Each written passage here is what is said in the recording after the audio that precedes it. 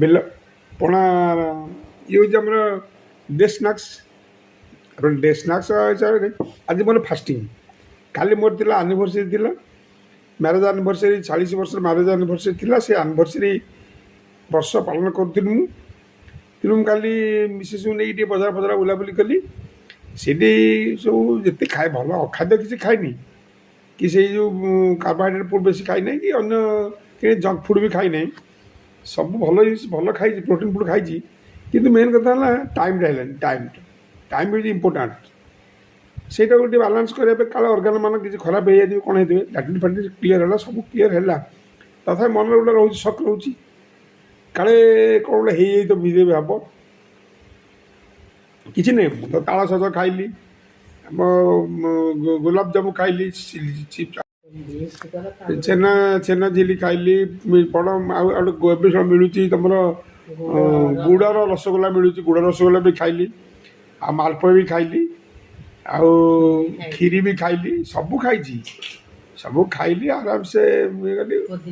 ପୋଦିନା ପାଣି ବି ପିଇଲି। ହଁ, ପୋଦିନା ପାଣି ପିଇଲି। କଞ୍ଚା ଆମ୍ବ ବି ଚୋବେଇଲି, କଞ୍ଚା ଆମ୍ବ ବି ଖାଇଲି। ସବୁ ଜିନିଷ ଟେଷ୍ଟ କଲି ବୁଲି ବୁଲିକି। ଆଜି ତ ଗୋଟେ ଅଛି, ଆଉ ଦିନେ ଅନେକ ଭୁଲ ହେଲେ କିଛି ହେବନି, ଭାବିକି ମୁଁ ଚଲେଇଲି ମୋର। ଆଉ ତେଣୁ କାଳେ ମୋର କିଛି ପ୍ରୋବ୍ଲେମ୍ ହେଇଯାଇଥିବ ଭାବିଲି। କାରଣ ଦାୟିତ୍ୱ ସରି ରହିଲେ ଅର୍ଗାନ ମାନେ ଟିକେ ଭୁଲ ଭଟକା ହେଲେ ପୁଣି ତାଙ୍କୁ ମାସ ମାସ ଧରି ଠିକ୍ ସଜାଡ଼ିବାକୁ ପଡ଼ିବ। ସେ ଅର୍ଗାନ ଯଦି ଖରାପ ହେଲେ ତାଙ୍କୁ ପୁଣି କାହା 3 ମାସ ଅଛି, କାହା 6 ମାସ ଅଛି, କି ମାସେ ଅଛି, ବର୍ଷେ ଅଛି, କି 7 ମାସ ଅଛି। ଲିଭର ଗୋଟେ ଜିନିଷ, ସେ ତାର ଲାଗିବ 6 ମାସ ରିପେୟାରିଂ କରିବା ପାଇଁ। ଜିନିଷ ଅଛି, ତାର ନିୟମ ଅଛି।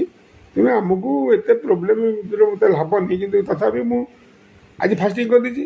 ପାଣିରେ ଖାଲି ଫାଷ୍ଟିଂ, ଜଳୀୟ ଫାଷ୍ଟିଂ ପୁରା। ଆଜି କାଲି ସନ୍ଧ୍ୟା 6ରୁ ଫାଷ୍ଟିଂ କରିଦେଲି। ଏଇଟା ସକାଳ 6 ଯାଏ, ସନ୍ଧ୍ୟା 6ରୁ ସକାଳ 6 ହେଲା କେତେ ଘଣ୍ଟା ଆପଣଙ୍କର? 12 ଘଣ୍ଟା। ଏଇ ସକାଳ 6ରୁ ବର୍ତ୍ତମାନ ସନ୍ଧ୍ୟା 6 ଯାଏ ଫାଷ୍ଟିଂ ହେଲା, ତାର 24 ଘଣ୍ଟା ହେଇଯିବ।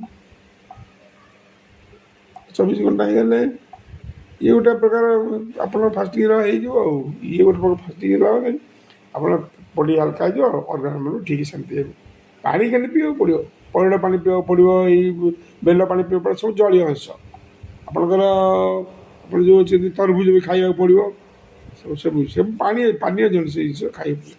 ଆପଣ ସନ୍ତରା ଜୁସ୍, ଆପଣ କମଳା ଜୁସ୍ ପିଇପାରିବେ, ମୌସମ ଜୁସ୍ ପିଇପାରିବେ, ଆଉ ହ୍ୱାଇଟ୍ ଜୁସ୍ ପିଇପାରିବେ। ସବୁ ଜୁସ୍ ପିଇବେ, ପାଣି ଜୁସ୍।